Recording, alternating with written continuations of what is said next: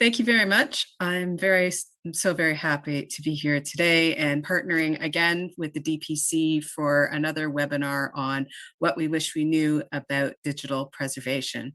So the inspiration, just to give you a bit of context about International Archives Week, and for those of you who don't know me, I'm Anthea Seles, the Secretary General of the International Council on Archives. So International Archives Week really began in about 2000, well, International Archives Day, which is today, so happy International Archives Day, started in 2009, or even before that actually, and we started International Archives Week in 2009 because essentially International Archives Day just wasn't enough. So every year we've been growing International Archives Week, and past few years we've been doing our social media campaign. This year's theme is Empowering Archives. And the inspiration for that was really partly ICA's new strategic plan, Empowering Archives in the Profession, but also we wanted to give people an opportunity to have some more in-depth, perhaps interesting conversations about what archives are, particularly in the 21st, archives and records are in the 21st century. And we've axed it on 3 pillars. So the 3 pillars are accountability and transparency, collaboration and networking, and diversity and inclusivity. And so our webinar series, including this one here with DPC, is along one of those 3 streams. The one here for DPC is around collaboration and networking. And we did a similar webinar last year about what we wish we knew about digital preservation. And it was extremely popular. So we are reprising this now. And we are joined by colleagues from all over the world to talk a bit about what they wish they knew about digital preservation, and in particular, what they would like to share about collaboration and networking. And so we've brought experts from across the DPC and the ICA to share their thoughts with you over the course of the next hour and a half. Now, I don't want to take too much time, but I'm going to go through just a few more housekeeping things. So the presentation, this will be recorded. So for the sake of transparency. Recording in progress. And there we go, timed perfectly. We are going to be sharing this recording on the ICA and the Digital Preservation Coalition social media channels. Us will be sharing it on Facebook Live and on our YouTube channel, and I believe DPC will be sharing this as well on their YouTube channel. We're currently streaming live on Facebook Live and on the Digital Preservation Coalition's YouTube channel, so say hi to everybody who's joining us, perhaps remotely, and wasn't able to sign up for this webinar. Very pleased to have you all here today. And please feel free to ask questions for those of you that are on the live feeds. We have people monitoring those feeds, and the questions can be in English, French, and Spanish, because we'll be monitoring in those 3 languages, and we'll be trying to facilitate and give a little bit of interpretation as much as we can during the course of the webinar, so we can be a little bit more inclusive and diverse in terms of the experts and participants that we can hear from. I would ask that all participants make sure that their microphones are muted and that your videos are off unless you are actively speaking. So please, if you could, shut your microphones and videos off. We will be doing some pre-submitted questions first. So those will be the questions that, for those of you that have signed up from the webinar, you would have been asked to provide some questions for our participants or our speakers to have a look at and prepare some answers to. For the first 4 questions, which that will be asked by William, those questions we have made translations for, and so we'll be popping that into the chat box. We still encourage people to use the chat box to our participants here to ask any other questions, and if we have time, we'll try and get to those questions. If not, we will compile all those questions and we will work with the Digital Preservation Coalition and with the speakers on this call to answer all those questions and via a blog. So just a reminder, please, if you could remember to mute your microphones, that would be great. And then somebody will be monitoring, like I said, both the Facebook and the YouTube feeds for anybody who's following us live. And again, those will be fed through the chat box, and we'll do our best to get to those. If not during the call, then we'll do it afterwards. So I'm going to stop talking now and hand over to the eminent William Kilbride. Well, thank you very much, Anthea, for your introduction and for the partnership which this represents. The theme, one of the themes of International Archives Week, as you've mentioned already, is is collaboration. And I should start by offering a kind of a welcome to the collaboration which has brought this around today. You know, the collaboration, long-standing collaboration between the International Council on Archives and ourselves at the Digital Preservation Coalition. So my job in the first 20 minutes or so of our presentation, of our webinar today, is just to set the theme, okay? So my job is to say a word or two of introduction about the issues of digital preservation. But the good news is you'll then be able to test all the things I say against a panel of experts brought together who will also have things to add and nuance and clever observations about their own experience in digital preservation and their experience in particular around the topic of collaboration. So I shall get myself underway. I shall begin, bear with me while I share my screen, and then proceed also not just to share my screen, but to move into presenter mode on the screen. And I'm going to assume you're all looking at the right thing, which is my screen, possibly with a little box in it, which is actually, I can minimize a little because that's just the presenters, or my own view of myself, which is a bit intimidating. Anyway, off we go. So my job in this session is just to briefly introduce issues around digital preservation and to make it, just to set the scene for what we want to do. And I'm going to do that. We'll do that in 4 steps. I'm going to observe that data has a big future ahead of it, almost, if we can get this right. I'm going to give a very brief introduction to the main themes and topics of digital preservation. And then I'm going to go in 2 directions. I want to talk about some myths around digital preservation, things that we have worried about, but maybe don't need to worry about so much. And then I'm going to make an observation about 3 practical experiences which come from my experience in digital preservation, but also my view into the digital preservation community. So that's my purpose today. And I'll let Sarah and Anthea and colleagues pick up on the chat or interrupt me if there's any significant matters to attend to. So let's get going. Data, at least in theory, has a big future. And we hear a great deal about the data-led economy and exciting high-level statements, for example, that data is the new oil, driving innovation and establishing new ways of working. And yet, our practical experience of digital preservation, our practical experience of this new economy is actually rather more to do with data loss. So every week, here's a topical example: Victoria University of Wellington accidentally nukes files on all desktop PCs. And a message to students at the university, and you think, goodness gracious, imagine being a student in receipt of a message like that. How must that feel? And of course, I hope you'll understand here that I'm not meaning to criticize. I don't mean to be unkind, because my experience, digital preservation, it can make bleak reading. It can make bleak reading in all sorts of different contexts for all sorts of different reasons. So, you know, we can maybe later at the towards the end of the seminar, we can have a sort of 2-minute silence for data loss, for those things that we all have had and inadvertently misplaced or rendered obsolete or lost the password for, or whatever that might be. What's the problem?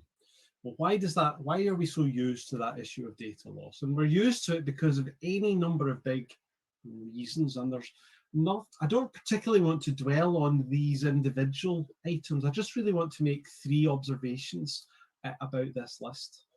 First of all, the list is incomplete. There's more going on here than I'm simply listed on the screen. Secondly, to observe that it's a long list, you know, so to find a solution to any element here, it's going to, you know, you're going to need to put quite a few different elements together. So it's a complicated problem to begin with.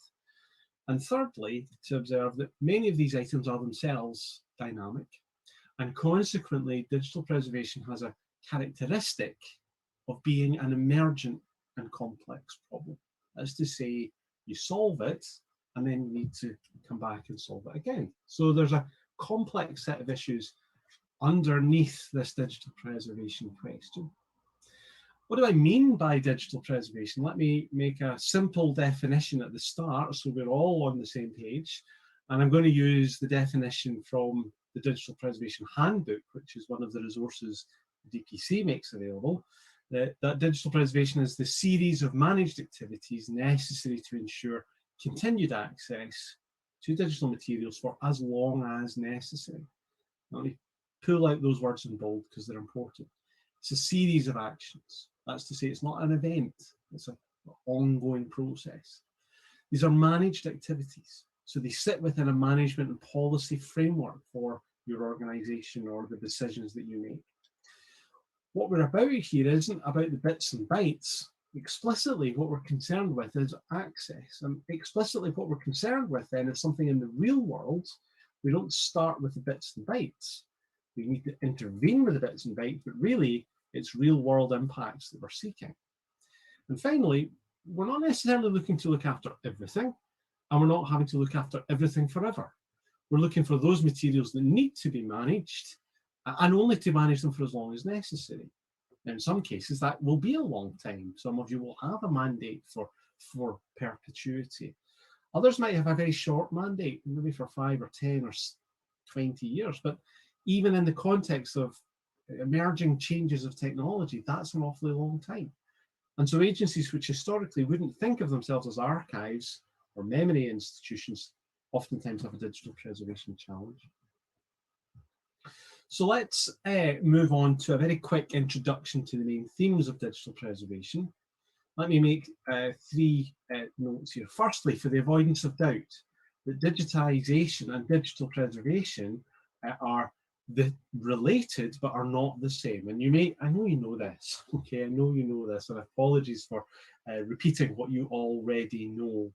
But you may need to repeat this over. You may need to repeat this frequently. So let's just pull it out here. Digitization being the process of creating digital materials from what might be an analog original. That could be a photograph, it could be scanning, it could be 3D laser scanning, it could be keying, it could be any number of ways where you create a digital version of an analog original. And by digital preservation, as already said, it's the managed activities necessary to ensure continued access to those materials. And of course, these are related. So digitization creates a digital preservation need, but digital preservation also relates to what you would call born digital materials. So these are connected, but they're not the same. How to proceed with digital preservation? I'm a great fan of this very simple model put together by Nancy McGovern and Kenny. This must be 20 years or more now since they described digital preservation as a 3-legged stool. That's to say, it needs more than just technology, organization, and resources. To phrase that differently, for me, digital preservation turns out to be a socio-technical question. And if all we bring to the table is technology, then we'll fail to answer a significant part of the question. So how do we build a socio-technical solution to this problem? We're going to need technology, resources, as well as organization to achieve that.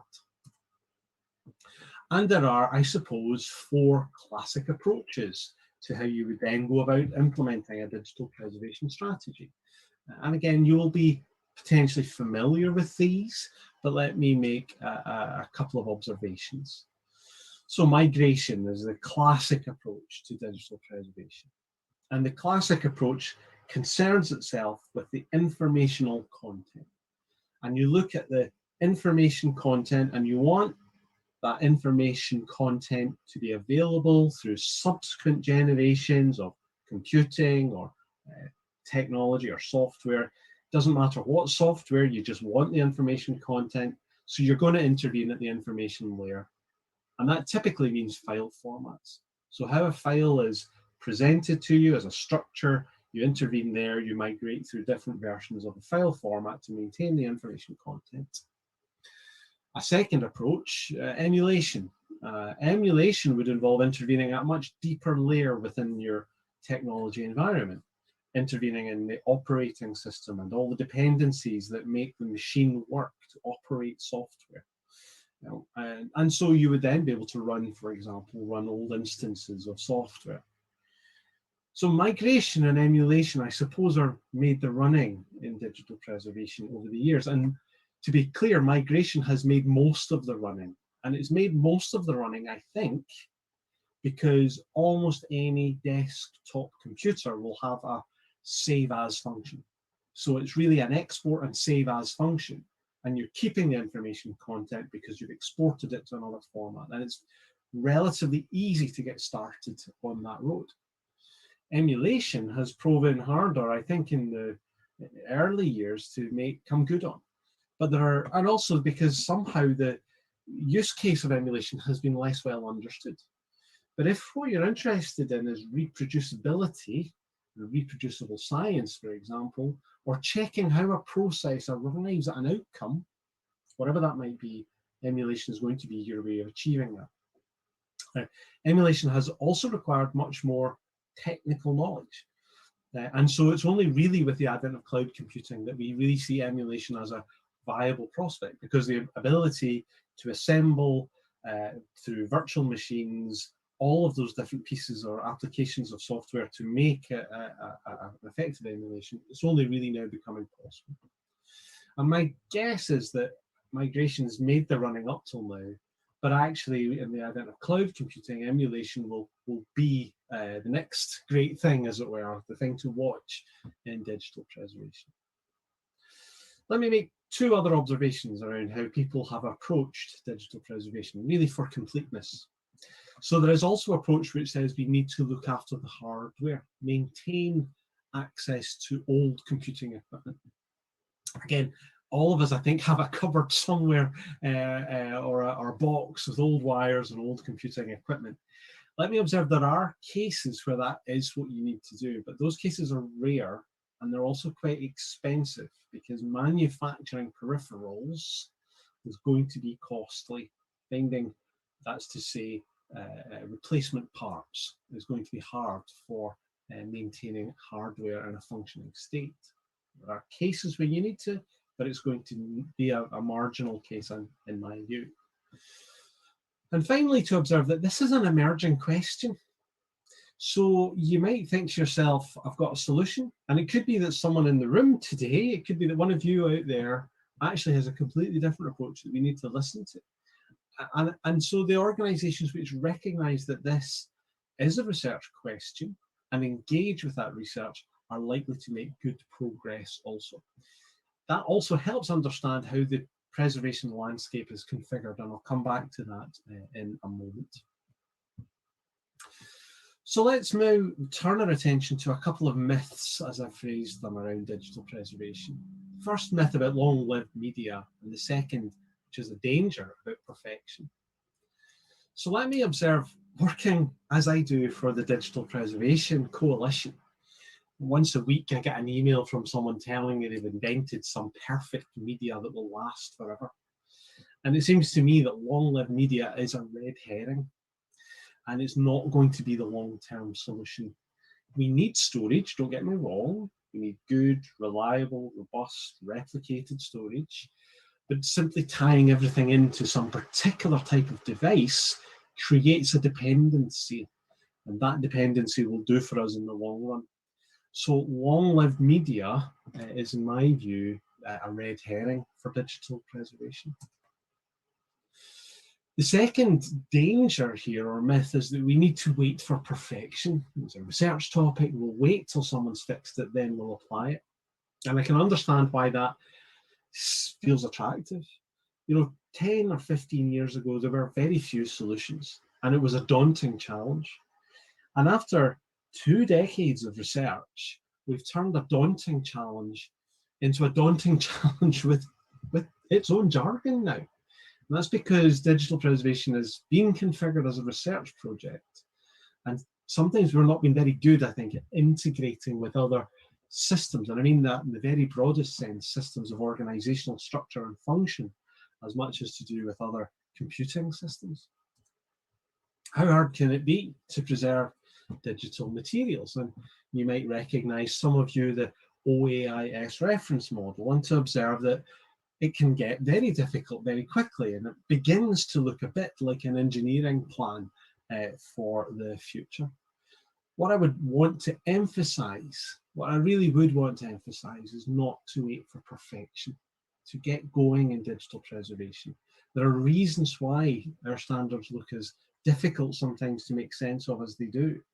But actually, if the advice you need is to make sure the backup is not on the floor of the server room, then start there. You know, there are simple steps everyone can take, and not to be too distracted by all the high-end stuff if you know that there are simple steps to take.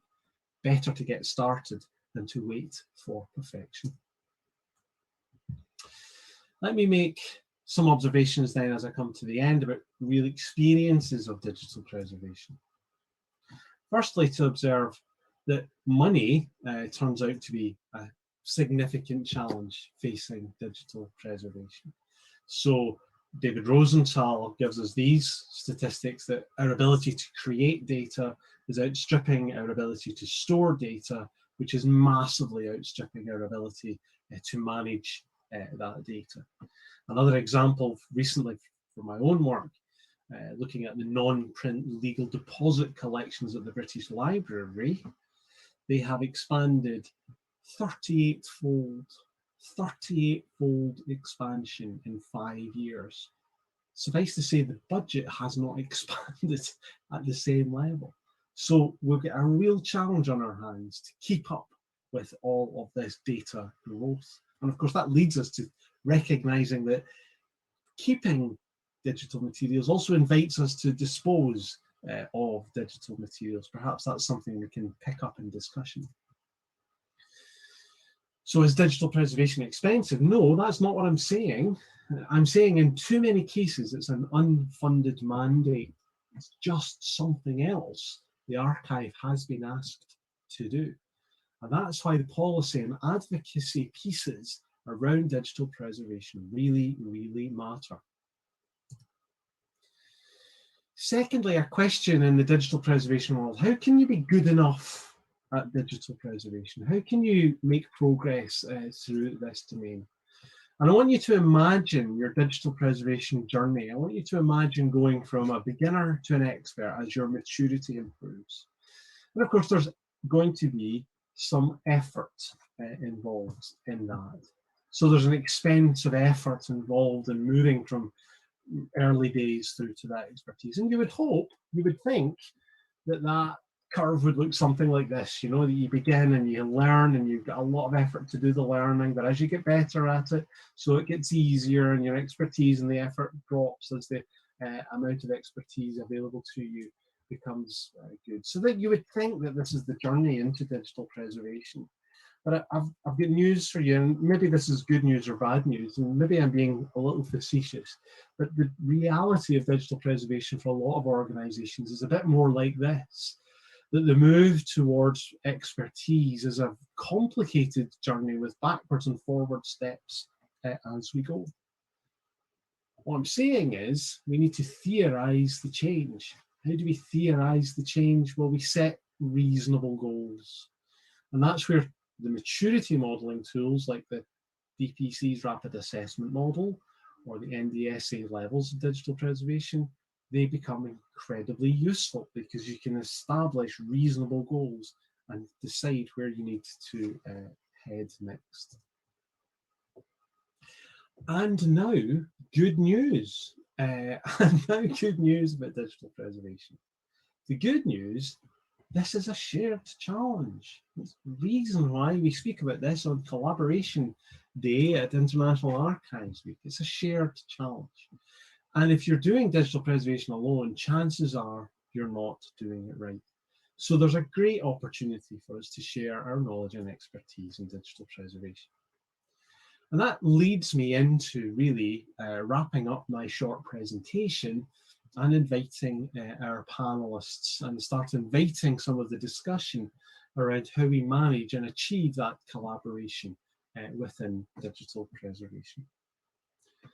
So that was my intention by way of setting us all up today. I'm going to stop sharing my screen and I'm going to now start inviting our panelists to join us. And my first panelist is Jay Weatherburn. So Jay is a member of staff at the University of Melbourne and leads the DPC's office in Australasia. And of course, time zones are somewhat against Jay's participation in our webinar today. So I'm pleased to report that Jay has sent us a presentation as a movie, and she's going to talk to us in this about the network she manages in Australia called Oz Preserves. Over to Jay.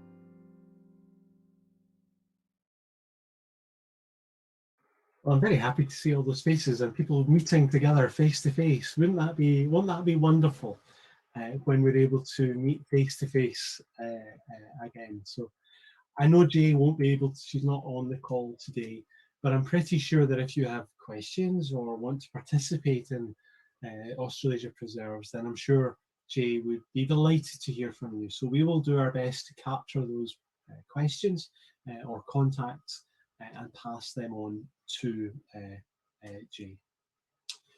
So our second panelist today, it's a very great pleasure to hand over to Marcel Ras. Marcel joining us from The Hague today. And Marcel has been a long-term friend and ally of the DPC in his previous role with, well, what was then NCDD and subsequently the Dutch Digital Heritage Network. And Marcel also, though, recently has changed, and I'll let Marcel introduce that properly, and finding that collaboration matters at a national scale and a local scale too. Marcel. Yeah, thank you, William, and hello, everyone. Great to see so many people in this webinar today. So thank you very much for inviting me to share some experience on collaboration in on digital preservation in the Netherlands. As William already mentioned, my name is Marcel Ras, and since April 1st, I am the manager of the Research Data Support Network of the VU University in Amsterdam. So it's not the Amsterdam University, but the VU University in Amsterdam. In this capacity, I'm responsible for coordination of the research data support activities within the university. And I hope you don't mind when I suggest a slight change of the title of the panel. The theme of the International Archives Week is empowering archives and collaboration. And I would suggest to change this to empowering archive through collaboration. As I believe collaboration institutes institutes stronger, and not only archives. And I would like to argue that we need collaboration beyond the walls of institutional domains. So empowering archives would become empowering the cultural heritage domain. I introduced myself working at the VU University in the research data domain, but until recently, I was the program manager for the activities related to digital preservation at the Dutch Digital Heritage Network. This network is a collaborative effort of many Dutch cultural heritage institutes having the aim of guaranteeing the long-term accessibility and the development of facilities which improve findability and usability of digital collections. And I want to tell you a bit more on the collaborative nature of digital preservation and the digital preservation community in the Netherlands. As there is a long tradition in collaboration in digital preservation within the Netherlands. This goes back to the beginning of the 21st century. It started as a practical necessity for sharing knowledge by some large-scale institutes building facilities for preserving the digital collections, like the National Library, the National Archives, and the Dutch Institute for Sound and Vision. And the question was, how do we approach this new challenge? And how do we approach this new challenge collaboratively? And I have to stress that this type of collaboration was based on experts, on people finding each other in this challenge. And this is the thread through collaboration. Experts being people sharing knowledge and sharing experience. The next step in collaboration in the Netherlands was the establishment of the Dutch Digital Preservation Coalition, the NCDD, in 2008. Within the NCDD, institutes with similar digital preservation challenges found each other in a new organization. And for this, we very much looked at the Digital Preservation Coalition in the UK. We even did a survey on the current state of digital preservation, very similar as the Mind the Gap survey in the UK. So the institutes joined forces and focused on four main questions. The first question was, how can we share infrastructure, if at all? And how can we determine the costs of digital preservation? How can we find division of labor in collecting specific digital collections? Should all institutes collect websites, or should we just focus on one institute collecting websites? And the last question was, how can we share knowledge and expertise and build a curriculum for digital preservationists?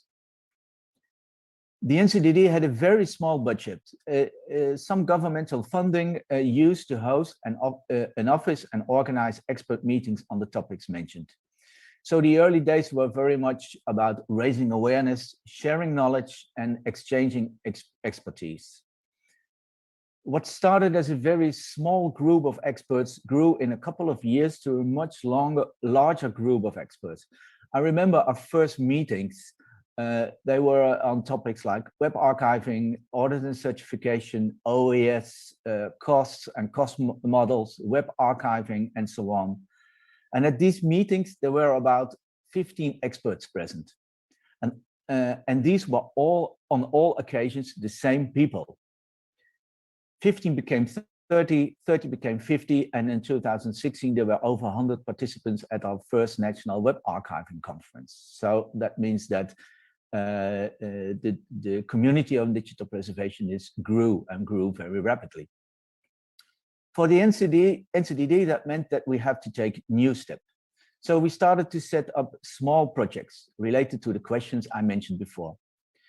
These projects were financed by the main participants in the NCDD, and we could call them the Coalition of the Willing. So we didn't have any governance funding. It were the institutes collaborating in the NCDD which funded the projects.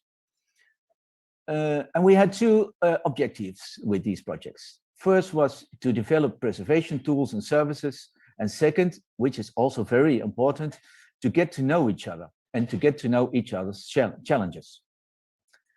And this second aspect of the project, which is again very important, as collaboration is working together with experts, again being people, and to be able to work together, one had to trust each other. We often say that digital preservation is all about trust and guarantee long-term access. Collaboration is also about trust. Then in 2018, the NCDD became part of a broader network, a new network, the Dutch Digital Heritage Network. More funding became available, and there was another plus in this step. From the early age of collaboration, digital preservation was the issue. Digital preservation was the single issue. So we found each other on the challenges on how to safely preserve digital assets. Within the Dutch Digital Heritage Network, the network became broader as the Dutch Digital Heritage Network also had programs on the visibility and usability of digital heritage. In other words, who are the users of digital collections and what do they need? How can we connect collections to serve users better? With this broader perspective, we could present preservation as the important precondition for the findability, accessibility, interoperability, and reusability of digital collections. And you see the findability, accessibility, interoperability, and reusability in this, which makes the connection with my current job and domain, the research data domain. Also in this area, long-term care of digital assets is an important condition for the future of research and researchers. It is one of the most important aspects of the developments toward open science and open availability of research outcome. And working according to the FAIR principles is an important vehicle to boost the impact of science. Without careful handling of and curation of data, it will become impossible to share data and research outcomes or to validate research outcomes. Following the European developments towards the European Open Science Cloud, and the Netherlands developed a national plan for open science. Without going into the details of the plan, I would like to stress that many of the proposed activities in this plan are about collaboration in research data management and research data support. So collaboration within and across the boundaries of universities and across the boundaries of the country. They are of great importance to bring the adoption of open science and the FAIR principles further. Now back to collaboration in the cultural heritage domain. Governmental funding for the Dutch Digital Heritage Network enabled the digital preservation program to go beyond knowledge exchange and meeting up with colleagues. It enables us to develop instruments that help institutes with their preservation efforts. And I would just like to mention a couple of these instruments. So we developed a digital learning environment, a course helping institutes in teaching their staff. We developed a preservation policy development tool, which helps in building an institutional policy and avoids for them having invent the wheel over and over again in policy making. A guidance on audit and certification based on the core trust seal principles, providing insights in the core trust seal process and how others did this. A model for preventing the costs of digital preservation, a preferred formats tool, which is a guidance for development of preferred formats, and a virtual research environment to test pre-ingest toolings in an environment without having to install all these tools before. So instruments as these are important in collaboration. They are developed as a co-creation between various Dutch organizations and experts. And they are the drivers for further collaboration, as most of these tools hold best practices information, and there is a community of practice around the use of these instruments. To conclude with some lessons learned from the previous 20 years of collaboration. Collaboration is primarily about experts, about people working together. The element of trust in this is very important. Furthermore, it is important to have a driving force in collaboration. Preferably a network of organizations not attached directly to the specific institute, independent from institutional policies and interests.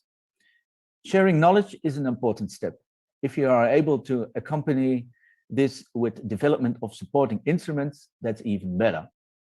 And set up communities around these supporting instruments in order to promote and stimulate the actual usage of these instruments is very important. And perhaps maybe the most important lesson, collaboration is also fun.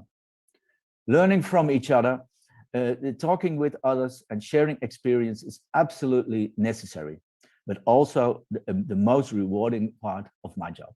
Thank you. Thank you very much for that, Marcel.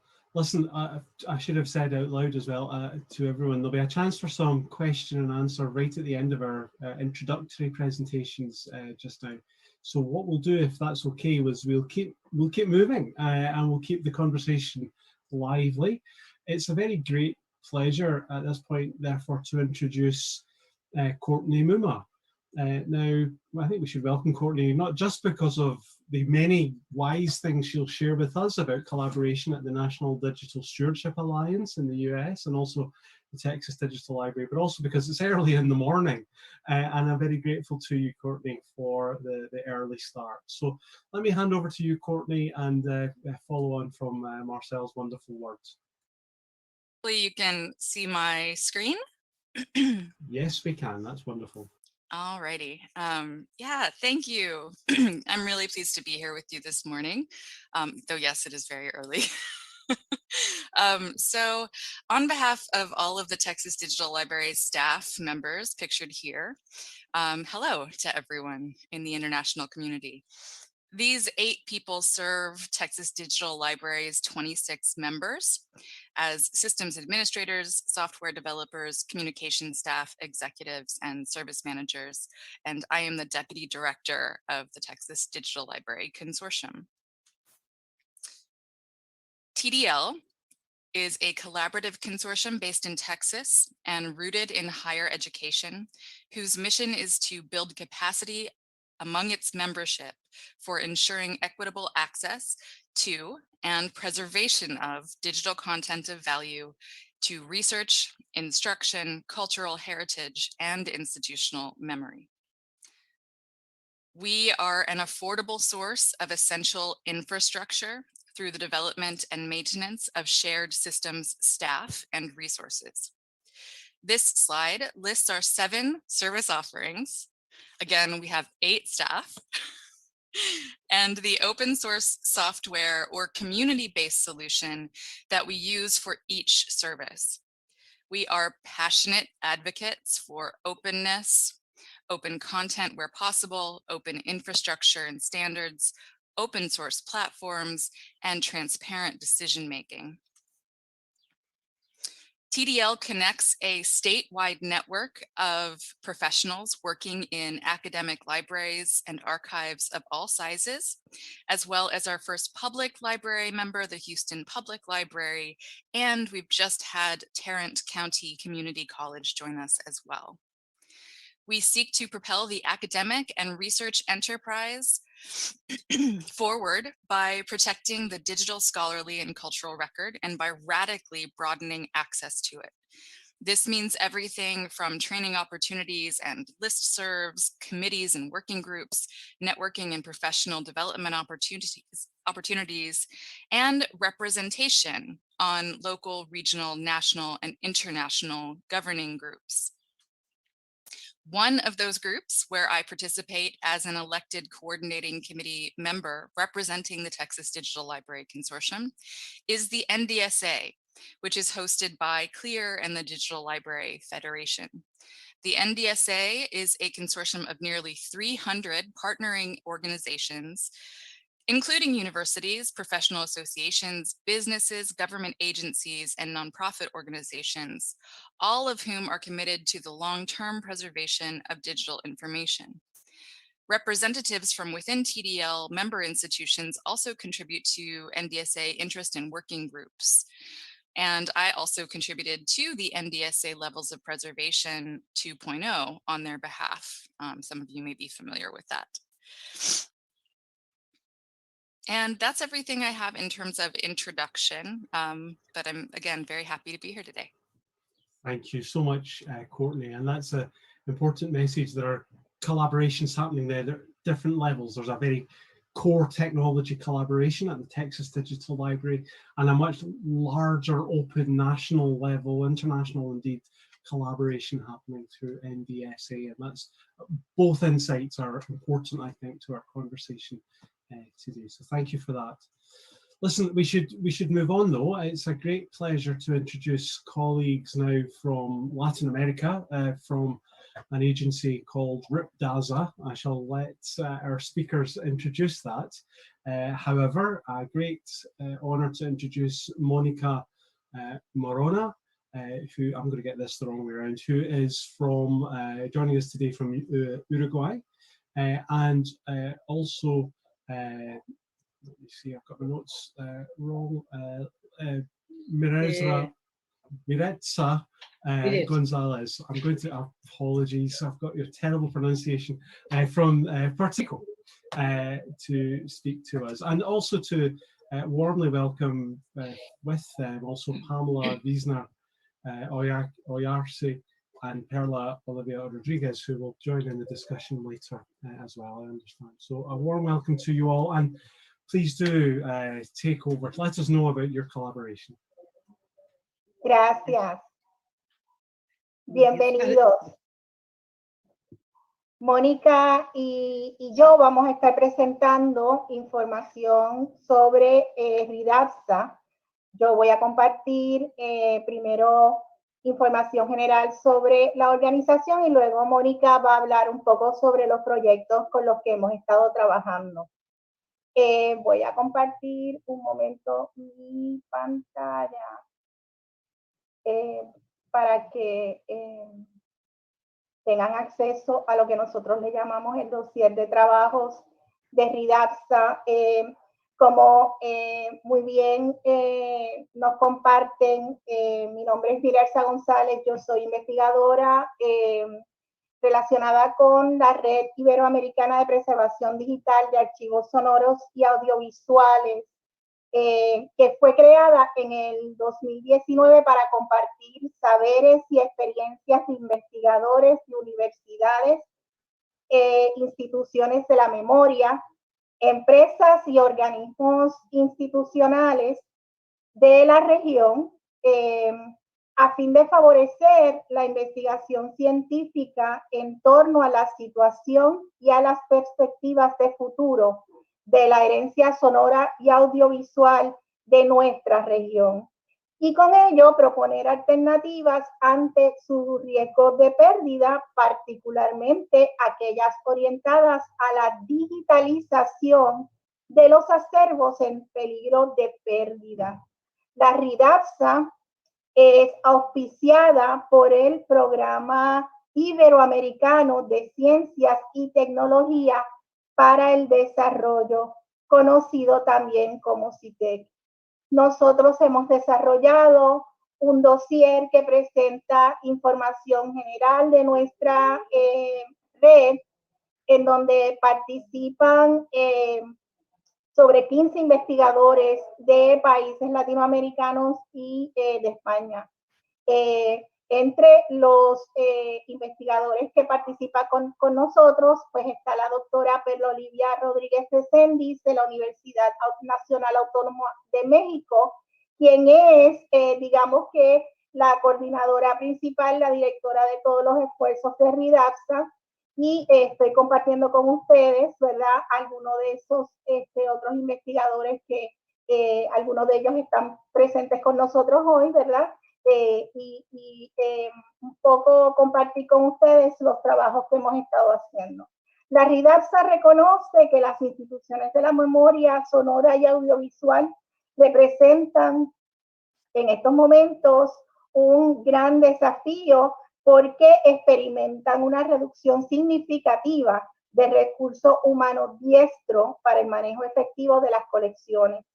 A pesar de que se experimenta una mayor valorización de nuestros acervos y con ello, ¿verdad?, un interés de nuestras comunidades en aportar a su preservación desde la experiencia del voluntariado, lo cierto es que se necesita conocimiento y dominio de las nuevas tecnologías, así como el manejo de prácticas archivísticas efectivas a modo de garantizar la preservación de la mayor cantidad de contenido en resguardo.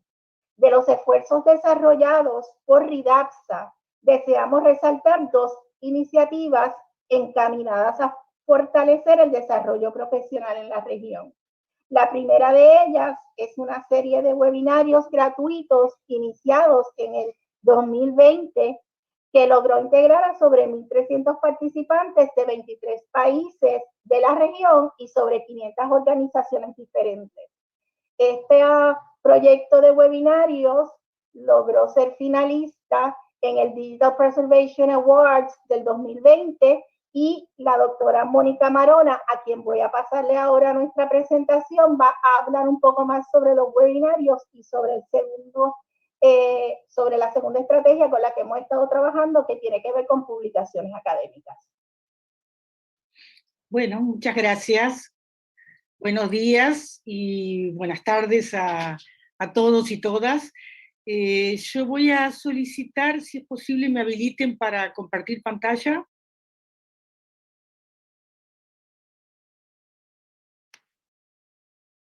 Perfecto.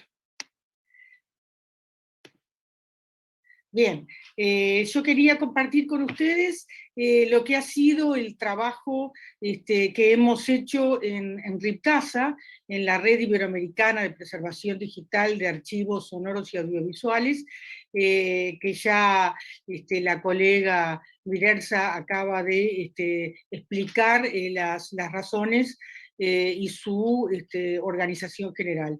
Yo quería referirme a dos productos concretos que son los primeros resultados de este trabajo que se ha realizado por esta red. El año pasado se publicaron estos dos informes, Estado de la Preservación Digital en los Archivos Sonoros y Audiovisuales de Iberoamérica, coordinado por la doctora Perla Olivia Rodríguez, que es la coordinadora de esta red, y Preservación Digital en los Archivos Sonoros y Audiovisuales de Iberoamérica. Los retos y alternativas para el siglo XXI, coordinado también por Perla Olivia Rodríguez y por el doctor Matteo Manfredi, que es también colega e integrante de la red.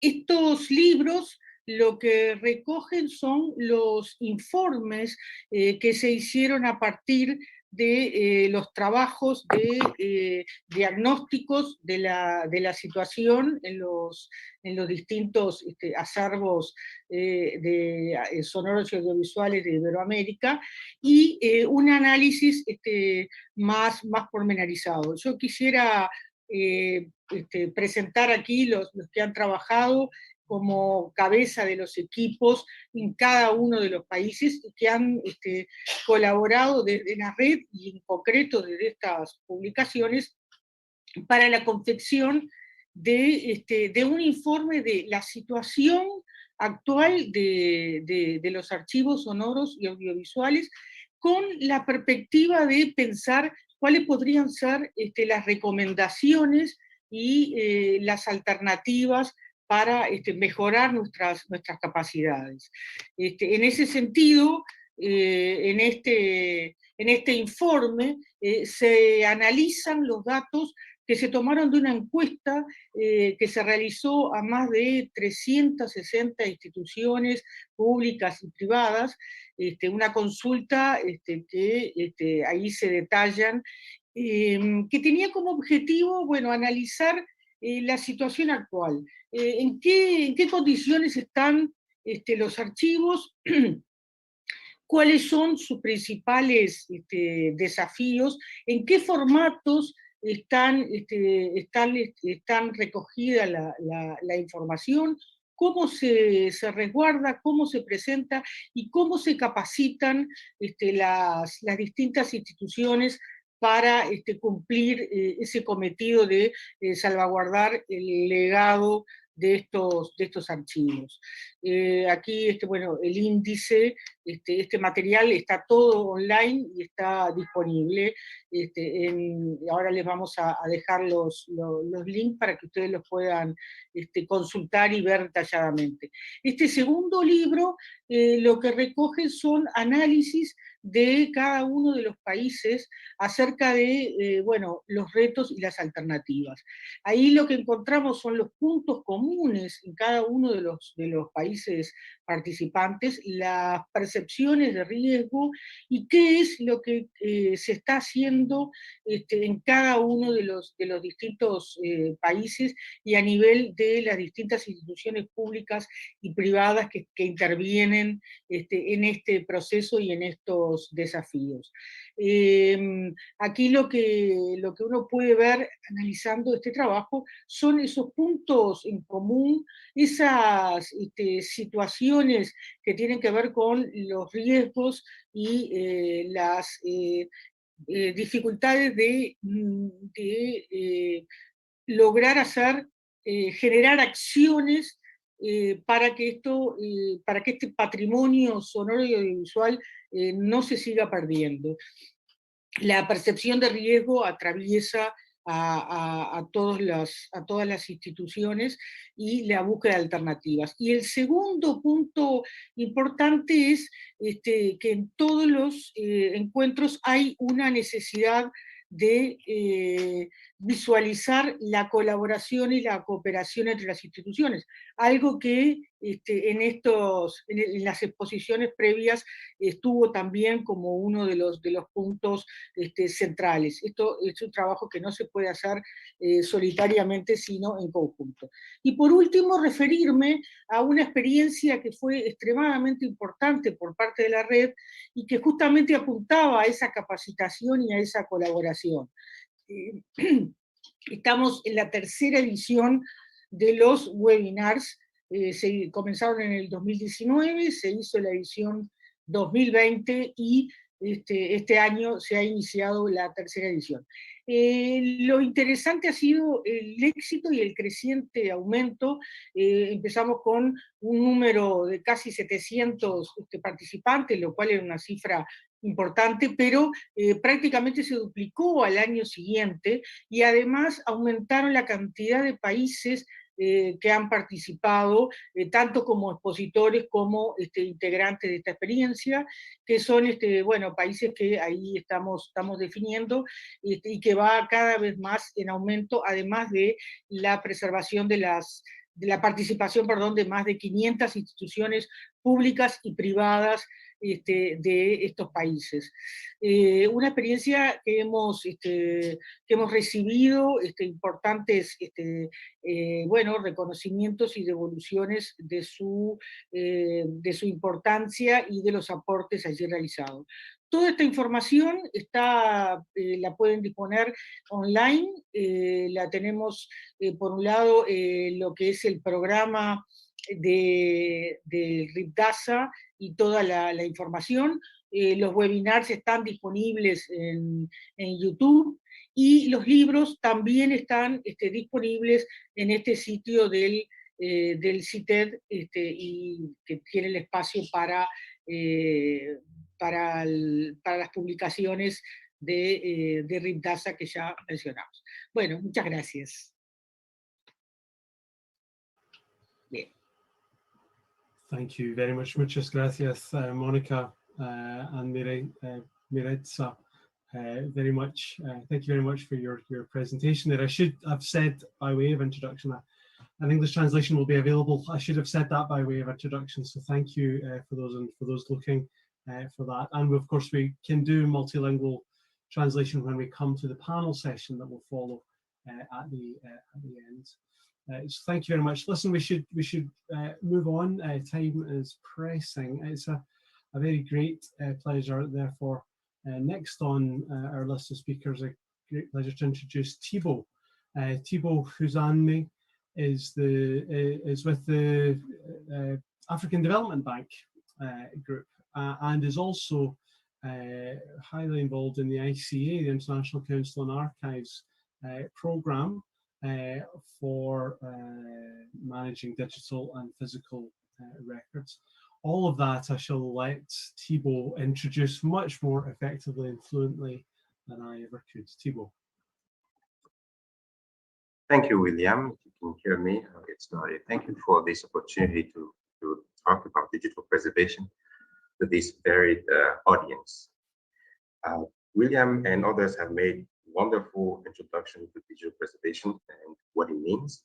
So I wish not to repeat those. I will just blaze through some aspects really quickly as they matter in the final point we're trying to make. So without further ado,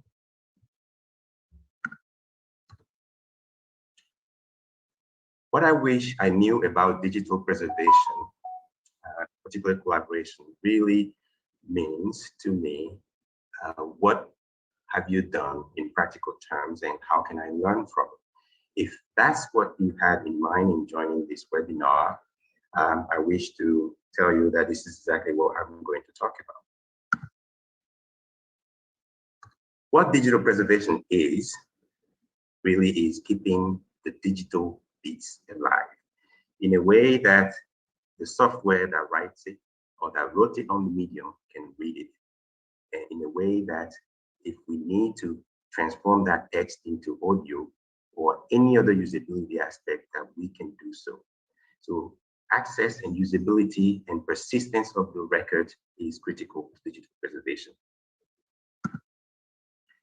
The problems, as William already highlighted, are related to media obsolescence, content obsolescence. Sometimes you cannot separate the content from the media because they are one and the same. Sometimes you can. And so that risk is very high with physical media, even though they store digital records. Now, in the current environment where we work, where our systems are hosted in the cloud, we don't even have access to that media. We don't have access to that server. We don't have access to storage at all. So the problem is far away, yet it exists. How do we address it in an environment? First thing you need to know is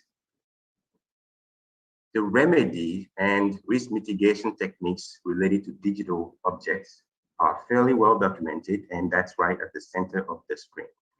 However, to achieve that, to persist the record itself, you need to defer to expertise in each one of those 8 areas: redundancy, migration, emulation, refreshing, diversity, inertia, metadata, and auditing.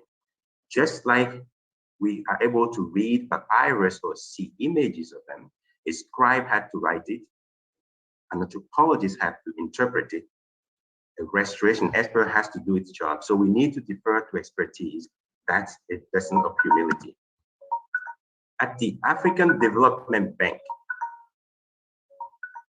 the way in which we address this issue is that we need not separate it from the current way people are working. The African Development Bank is an organization that is tasked with implementing large development projects. And as such, it has board and governance, and the way in which it makes decisions are very important and generate vital records.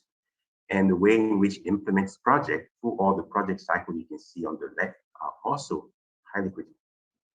So the way in which we approach this is to work together with the IT department, work with the record producing units, and define a solution that's called Sankofa that's being used. What is key here is collaboration. This is a core initiative by the Secretary General's office because of his mandate.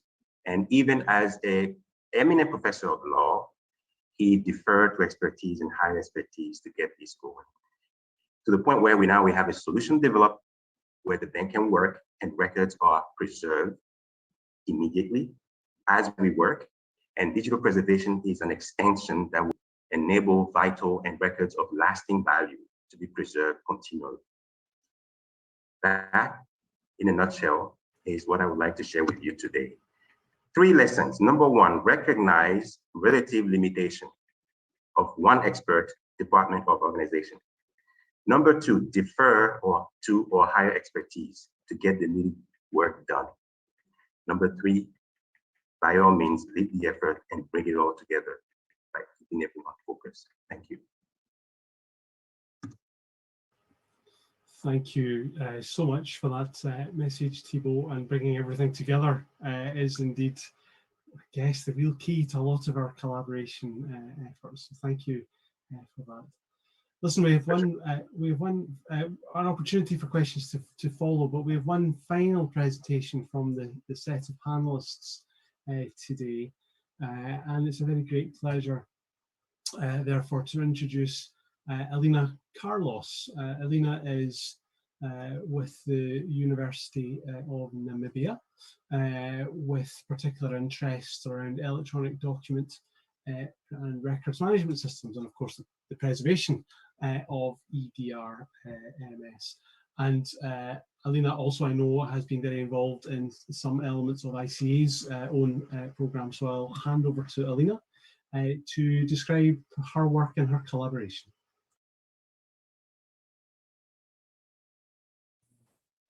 Yes, good afternoon, colleagues. I'm Alina, as mentioned by William. I'm with the University of Namibia, assistant archivist in the department, as well as a part-time tutor at the academic department. So my contribution to this webinar is on teaching digitization and digital preservation for archival educators. I am going to focus more on the challenges and the recommendations for archival educators when it comes to digital preservation. As mentioned by William, it's a challenging field, and it is challenging both for educators as it is in the industry. So from my observation, it is mostly poor curriculums in the universities, with contents commonly built around preservation actions, less emphasis placed on topics such as policies and ethics, as well as standards that are lacking in most countries, and that need to be strengthened in preservation education. So digital preservation education lacks topics on diversity and inclusion, which is a foundation of the profession, really, if you look at archival institutions and libraries across the globe. There is also lack of ITC infrastructure for practical teaching in universities, which forces educators to teach on theory basis and less technology and class incorporated in class teaching. And the industry expects graduates to have knowledge practically, as you are required to go and carry out projects that are being carried out in the field. Limited student attachment periods also that does not give students opportunities to explore in the field much. This goes well with the lack of IT infrastructure for that to happen effectively. Wrong placements for student interns, which means sometimes in attachments, organizations don't really have digitization projects running, which does not give students exposure to this practically. So I have few recommendations. Review curriculums in consultation with stakeholders. Stakeholders can be the professionals in the industry, to just strengthen what they expect the outcome of graduates from the high learning institutions. So also integrate digital preservation tools and technologies into course content through class activities, as I've mentioned. This also means now to invest in proper infrastructure for practical teaching. My suggestion is that as digitization can be costly, this can be done by coming together with governments and private institutions to have this incorporated into digital preservation education. Also to raise awareness to professionals regarding the importance of job attachments, to make sure that students are placed in the right, given exposure to the right fields and practicals for a good outcome from the programs. So in a nutshell, digitization is, the digital preservation will be much improved from the education prospect for it to be carried out effectively in the industry. This is by universities producing well-refined products into the industry. That is my contribution. Thank you. Well, thank you very much for your presentation, Alina. Now, listen, we've got a brief, we're going to turn over to a panel session now. I wonder if we'll just give ourselves, however, just a very brief interval, just time to go grab a glass of water or to pile up any questions you might have.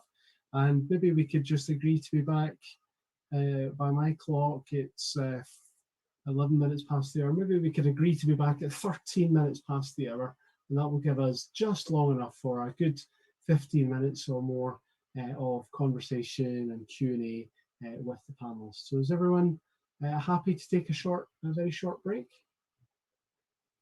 I'm going to take silence as consent on the matter. So we'll leave this open. It's better, by the way, if you simply mute and your microphone and video, as it were, rather than leave, because then you'll be able to maintain the chat function. But we'll give ourselves a 2-minute break. Thank you very much. Maybe we could end this brief session by giving all of our speakers a quick round of applause in the usual fashion, or indeed put your camera on and give them a round of applause in person. And then we'll be back again in 2 minutes' time, just for a very short break. Thank you very much.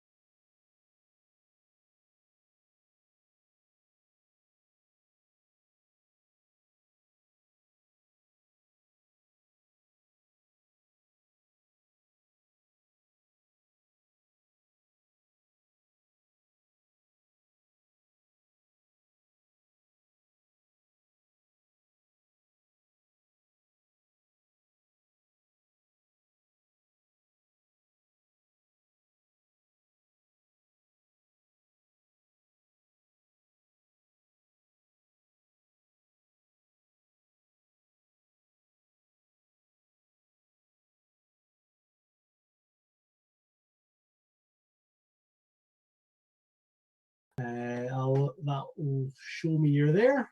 Great to see you again. And we've got, thank you, Lydia. We've got a few minutes. Yes. Few minutes. Okay. I'm getting an echo there. We've got some time for some panel discussion now. So let's get ourselves underway. with the panel discussion. Maybe I could ask the panelists, maybe just keep your cameras on, and we can hear from you as we go. So at this point, I have to just dig out. We've obviously had some questions prepared in advance, and those questions you've all submitted to us by way of introduction. So I wonder if we could. I'm just sorry. I should have organised this better. Just pull up the questions that we have pre-prepared, because the good news is that some of you had very similar questions, and so we were able to put some of, although there were very many questions, we were able to put a few of them together and to give a sense of what we felt were the priority topics. So let me just pull that together and get ourselves underway. So our first question, which came from a question from Joe Cooper with the Department of Social Services in Australia. Joe asked, how do you convince executives to buy in to digital preservation when return on investment is so far in the future? That's, I think, a relevant and interesting question for us all.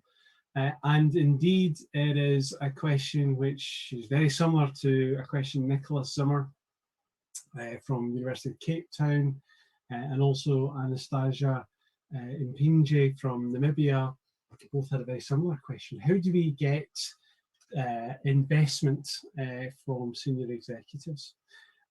I'm going to pause and see who would like, which of the panel feels they'd like to take that question.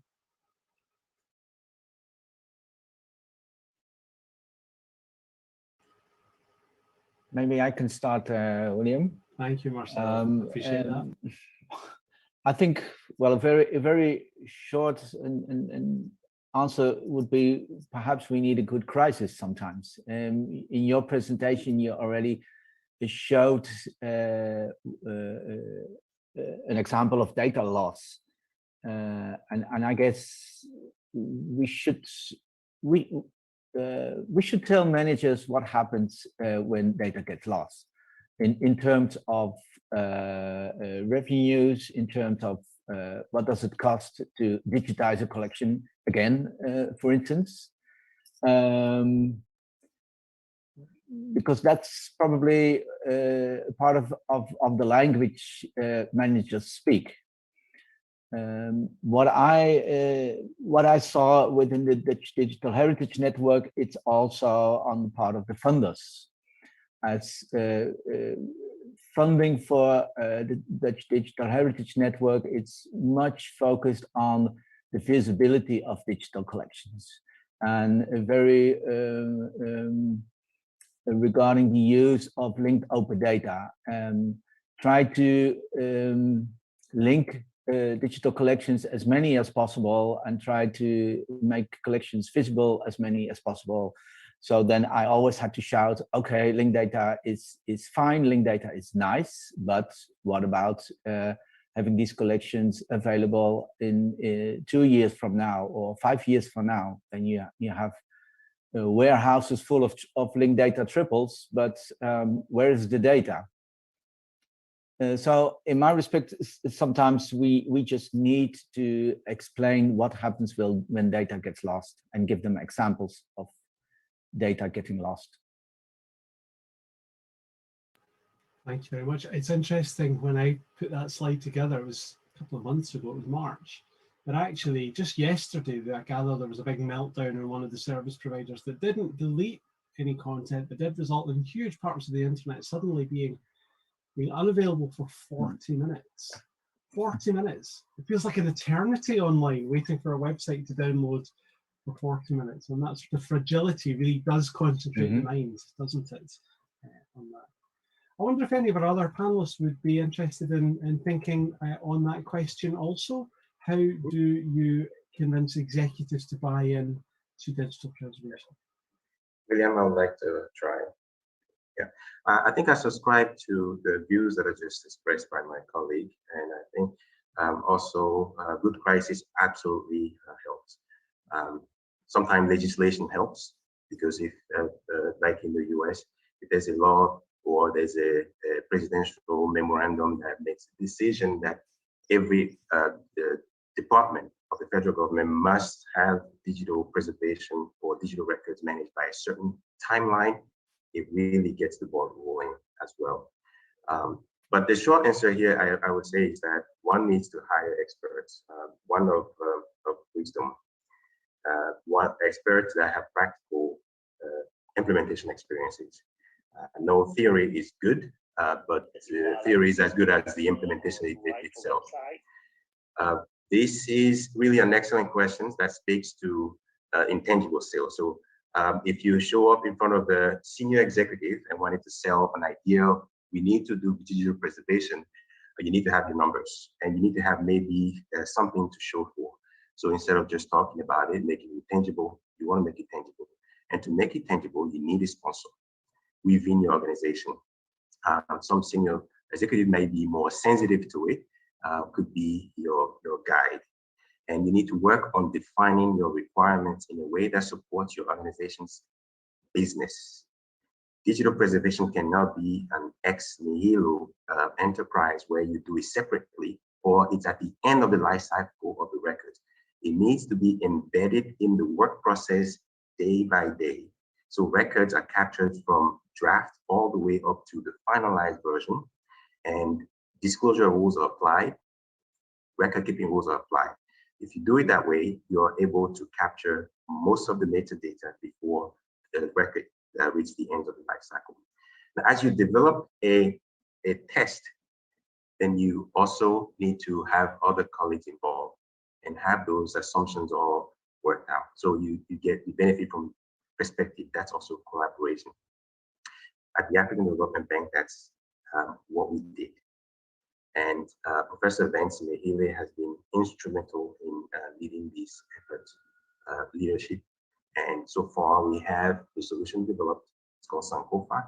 It bridges digital work environment, Microsoft SharePoint, which is connected to IBM's FileNet. So as you start collaborating on any project, then your colleagues can have access if they have the right to. And the records, when it's approved or finalized, are stored in FileNet where there's robust protection in it. This is all done within the IT environment, and access is made a lot easier. So this is the short answer I can give you so far. I hope I'll let other colleagues also chime in. Thank you. Tebow, I wonder if any other colleagues do want to come in on that. How do we get executive buy-in? Or indeed, if you want us to move on to another question, would anyone want to pick that up? Oh, yes. I would like to share my point of view. Thank you. First of all, I would like to tell thank you to DPC and ICA for this webinar. And about the first questions, I would like to tell that from my point of view and my experience in Mexico and in Latin America, the main idea to convince to the directors to protect the information and the sound and audiovisual patrimony is to tell them that it's a cultural heritage and a form of patrimony. And I think that the digital preservation is a misunderstanding, because unfortunately we think that if we obtain money for to start to the digital preservation is enough. But I think that it's important first to understand that digital preservation is a process, a continuous process. And if we don't make this, we can lose the heritage, this kind of heritage. This is from my point of view the most difficult idea to understand. Thank you so much, Perla and Tebow and Marcel, for your contributions there. I wonder if we've got a lot of questions, so perhaps I could pitch another question. I wonder, maybe this is one I could try for Courtney in particular, although you're all free to participate, of course. Courtney, you have a very big, or what looks to me like a big team. It's really not. I know you're very thinly stretched with all of the tasks as well. But I wonder, a question that came in from Jill Fewings ahead of our seminar: how do you get cross-departmental teams together within an institution? How do you pull together a team with all the different skills that you've shown your little team has, and all the many tasks they have to do? Okay, I'll take that. So I'm coming from the perspective, of course, as a consortium. And so I offer support to our member institutions in Texas and beyond when they need basically consultation around digital preservation issues and then also infrastructure. And recently we've had a new member join, and when I sat at the table with all of the interested parties in that institution, none of them had ever come together before to talk about their interest in digital preservation. And I said, hey, y'all should probably be some kind of group that meets regularly. And that actually has made a huge difference in the last year for them. In fact, such a huge difference that the staff member who took up the lead doing that won an award for her collaborative efforts. It's also enabled them to change their digital preservation approach and have an approach that comes directly from each sector in the organization that has a need. So their digitization folks, their IT staff, their art gallery, their archives, special collections, they all came together, respected each other's expertise, and relied on those experts in order to understand the workflows that they needed to put in place and the kinds of partnerships that they needed to make externally, like Texas Digital Library, like a system that they pay service for. In their case, it's Archivematica, but it could be any other system. So it helped them understand all of the pieces that were involved. And I think that this has to happen at any individual organization. I do want to throw back quickly, if it's all right, to the last question, and I won't give my full answer for that question, but I do believe inherently that hoisting the responsibility for convincing executives at individual institutions on the backs of the laboring staff who handle the records is not ideal. I think it's people like myself and other large coordinators of activity to advocate better and to help make that argument. And I believe that to my core, which is why all along the way, even when that group started convening, I have been with them and arguing for them on the national scale. That's a wonderful message, Courtney. I wonder if I can agree wholeheartedly with what you said. I think DPC has a role, ICA has a role to use an idiom to make the weather here, so that those executives are already listening to this message around preservation. So when the laborers come in from the fields, they have a sense of the importance already and are inclined to listen, because otherwise it's a double job, isn't it? You're asking people to do two things. I also, to note, bringing together, I had an experience of working in an institution. We set up a working party. We had 16 departments show up. That doesn't mean to say we had 16 great people doing digital preservation. It meant we had 16 people pointing, if you could, with 15 fingers to everyone else, hoping someone else would pick it up, and bringing them together is the way forward. Wonderful. And I wonder if I can invite others on the panel to reflect on that question. How do you bring cross-institutional partnerships together?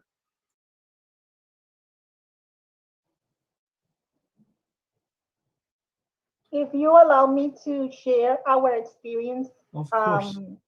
With RIDAPSA, one of the main things that we have been able to achieve by means of collaboration and networking is basically to explore practices that seems to be effective, that has, in a way, they have been able to provide for different stakeholders within institutions and also the communities that we serve. Because, even though we are researchers or scholars that are based in academic institutions, the truth is that many of the objects and the artifacts and the documents that we try to preserve digitally are, part of a bigger kind of cultural heritage collections, and that are not that we are not the owners of those. Yes, so one of the things that we have been able to do and to explore by our interactions with RIDAPSA is how different organizations have been able to achieve better practices when collaborating with communities. I think there is something beautiful about bringing community members to work as, as partners in our projects. And I think that's the way we can convince other scholars and other practitioners within our institutions to come together, join us in that effort. See, because there's something very interesting that Marcel was able to share nicely when he was doing his presentation, and that is the element of trust. Yes, and so when you bring other stakeholders to the picture, people who really are interested in keeping, their heritage, the elements, the artifacts, those things that are so important for them, in terms of community membership. I think that's one of the key to facilitate collaboration and networking, and that's something that we have been able to explore through RIDAPSA, and that's something that is very much at the heart of what Latin American organizations and institutions are trying to achieve. Thank you. Thank you very much. Listen, we're pressed for time. I'm keen to get through as many questions as we can, and so that probably means I've got time for one more, if you will permit me to run a little beyond the scheduled time. So I'll maybe find one more question to share with you all, and I'm interested in a question from Stephen Howard, actually, in the Netherlands, who asked advice. What advice would you give to an organization drafting requirements for a digital preservation solution prior to launching even a tender?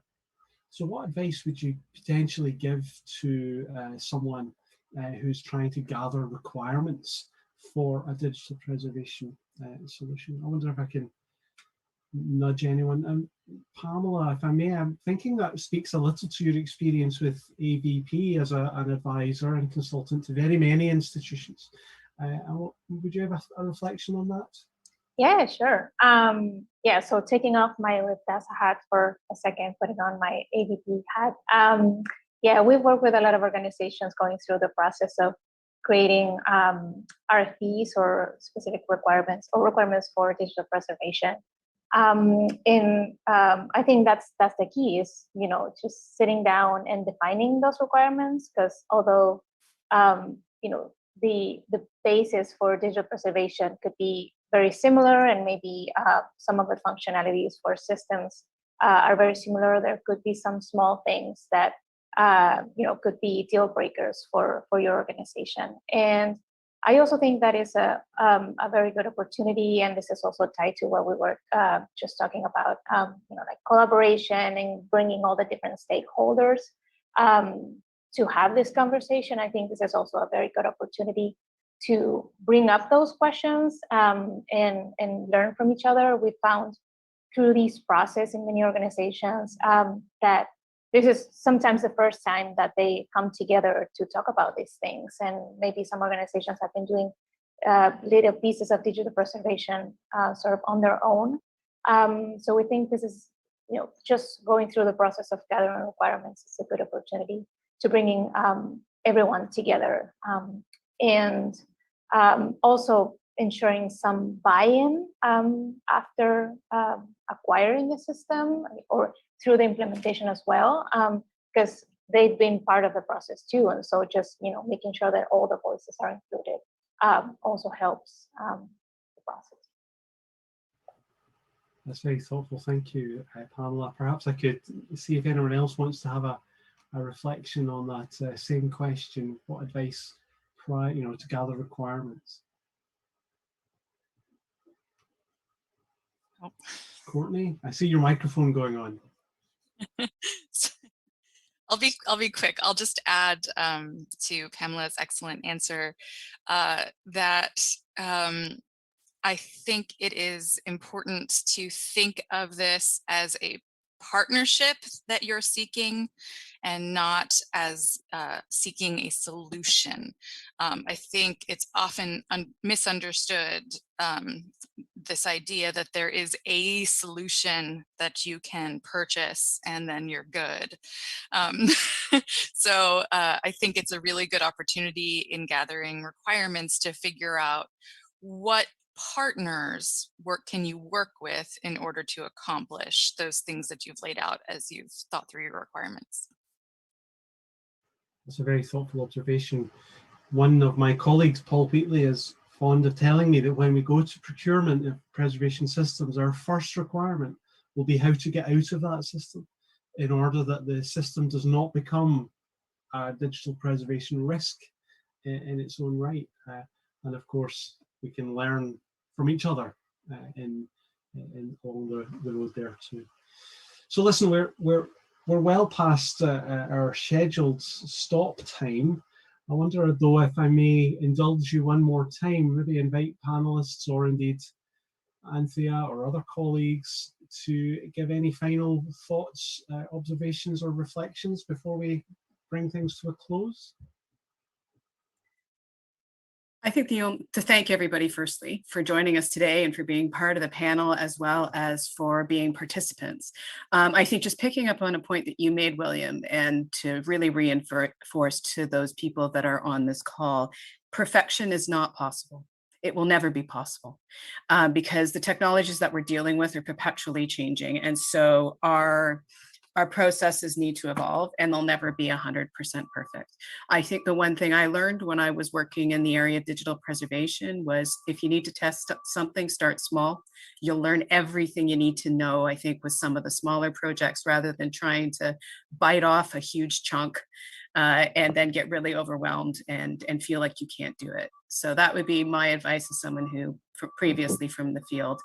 I think that I, again, would like to thank everybody. I'd like to thank DPC for co-hosting with us. I'd like to thank all of our panelists. And I wish everybody a really, really happy International Archives Day.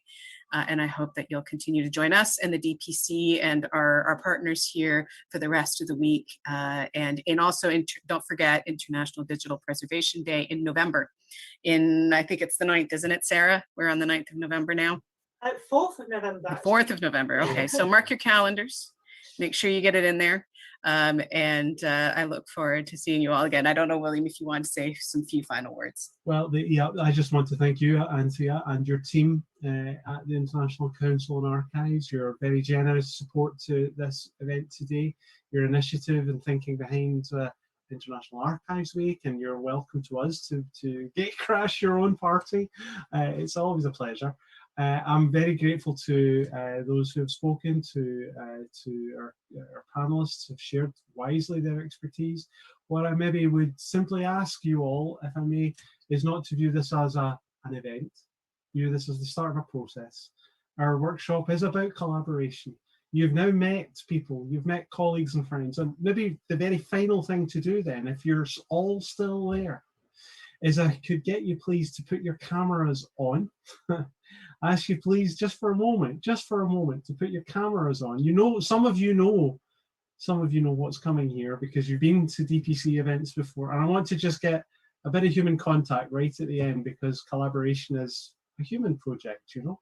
So if you're kind to put your camera on, I'm going to ask John if he's agreeable. He normally does the magic for us. We'll get a screen grab of everyone sitting together, working together, collaborating, being available to each other, which I think is a key message for us. John, do you want to count us down? Sure, everybody can just smile and wave. That'd be great. Thank you. Thank you very much. Super. So that's a friendly message to leave on, isn't it? Thank you all very much. Let's leave it there, and we'll see you on World Digital Preservation Day, which is the 4th of November 2021. Thank you all very much. Thank you. Have a great rest of the day, everyone. Thank you. Bye, everybody. Bye.